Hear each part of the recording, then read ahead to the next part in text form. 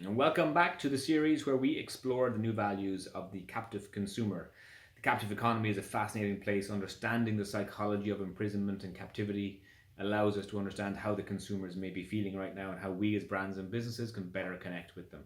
So these are the 5 values of the new captive consumer. Okay, so what is the third value of the captive consumer? The consumer in this new captive economy that we all find ourselves in.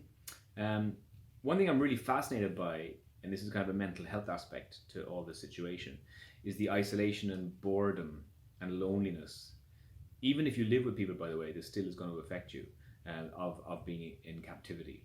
So if you look at the psychology of captivity again, look at something like the Stockholm Syndrome. I'm sure you're all familiar with Stockholm Syndrome, where the captor is so lonely and so anxious that they have positive attachment towards their kidnapper. So they end up being empathetic to the person that actually is causing them harm.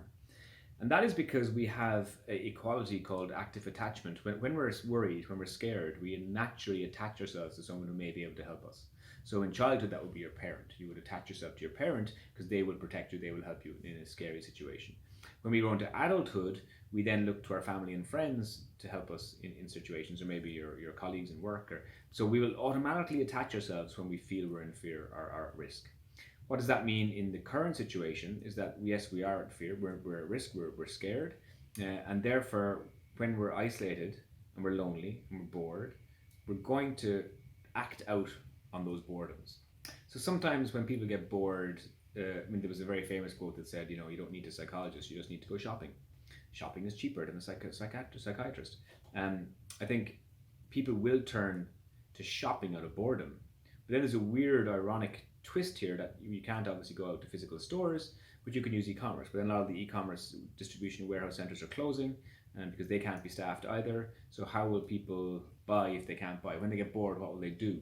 There's a couple of scary watch-outs here. I mean, if you're lonely and isolated and bored at home, and let's say you've been using some gambling websites in the past and you might have a slight addiction problem, we can all see that's the kind of retail therapy that we don't want. So people will end up spending a lot of time and money on digital devices gambling, and that could lead to a very, very dark place.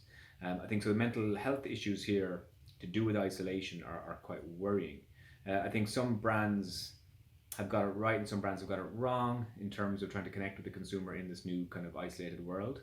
I think Next, the clothing company in the UK, moved quite fast when their physical stores were being shut down. They moved everything onto online, big 75% off sale. Got a lot of negative feedback immediately on social media. They were seen as preying on the pandemic, feeding on people's boredom at home. And within days, their physical warehouses and distribution centers were actually closed anyway, bringing the shutters down on their online offering, because they had COVID cases in their warehouses and people felt it was unfair asking workers to go to those centers. And so that was an interesting play out in a couple of days. And then you've got other brands like the biggest adult entertainment brand in the world, Pornhub.com, have rebranded themselves to being called stayatHome.com, and they gave free premium access to their website to everybody in the world for the next month. And so they're having some fun with it, you could say. They're using the fact that people are at home and maybe using their product, and so they're using that as a fun way to communicate. So I think there are ways for you to connect with the consumer who is isolated and bored and lonely, and there's ways of building positive links. There's a restaurant near me locally. Obviously, it's no longer open as a restaurant, it's just doing takeaway now. But they have a big sign in the window I saw yesterday that says healthcare workers take out for free.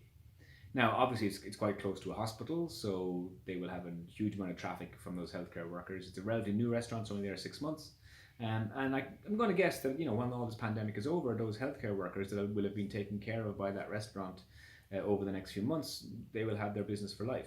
And in fact, even I, who am not a healthcare worker, have seen that sign, and now I know when that restaurant reopens, I'll certainly be going there to support them as they supported the healthcare workers through this. So there are ways for us to connect with our consumer in the isolation, in the loneliness, and it's really important that we do that, but that we do that in a positive way and not in a kind of a corporate social responsibility tick the box way.